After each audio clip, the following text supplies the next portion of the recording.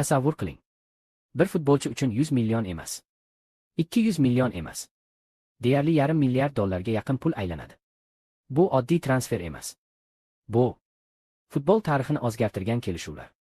Bugun siz bilan futbol tarixidagi eng qimmat 5 ta transfer haqida gaplashamiz. Ba'zilari ozini oqladi, ba'zilari esa klub uchun katta xatoga aylandi. Oxirigacha ko'ring, birinchi o'rindagi transfer sizni hayratda qoldiradi. Birinchi o'rin Neymar. Barselonadan Paris Saint-Germainga 222 million yevroga transfer qilindi.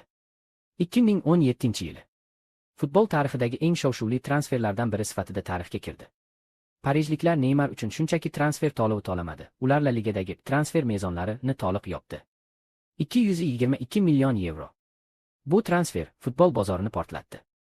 Narxlarni sun'iy oshirdi. Keyingi transferlarga dominal effekti berdi. Neymar parijliklar bilan 5 ta Fransiya chempionligini qo'lga kiritdi. Chempionlar Ligasi finaligacha yetib bordi. Ammo savol ochiq qolmoqda. Bu millionlar ozini to'liq oqladimi? Kommentariyada yozing. Ikkinchi o'rin Kylian Mbappe. Monakodan Paris Saint-Germainga 180 million yevroga transfer qilindi. 2018-yili atigi 19 yoshida. Qimmat transferlardan biri bo'ldi.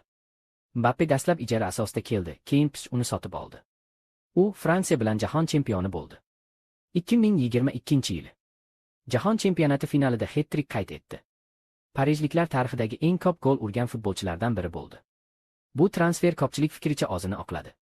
Chunki Mbappe nafaqat gol, balki brend ham olib keldi. 3-o'rin Philippe Coutinho.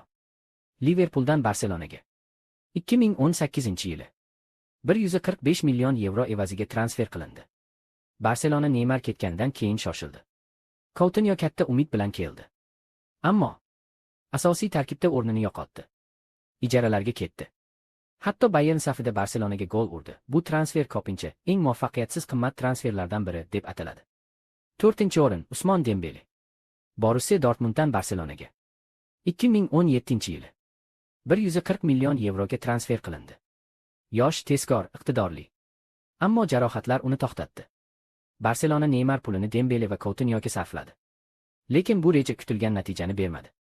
5-o'rin Joao Felix Benficadan Atletico Madridga 2019-yili 126 million yevroga transfer qilindi.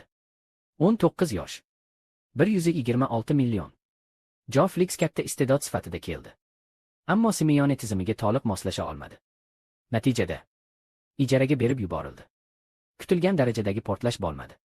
Eng qimmat transferlar har doim eng yaxshi transfer degani emas.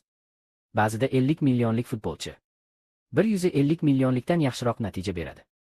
Futbolda pul hamma narsani hal qilmaydi, lekin bozorni o'zgartiradi. Sizningcha, qaysi transfer eng katta xato bo'lgan? Neymar 222 millionga arzigulik edimi? Kommentda yozing. Like bosishni unutmang. Kanalga obuna bo'ling, oldinda yanada qiziqarli top roliklar bor.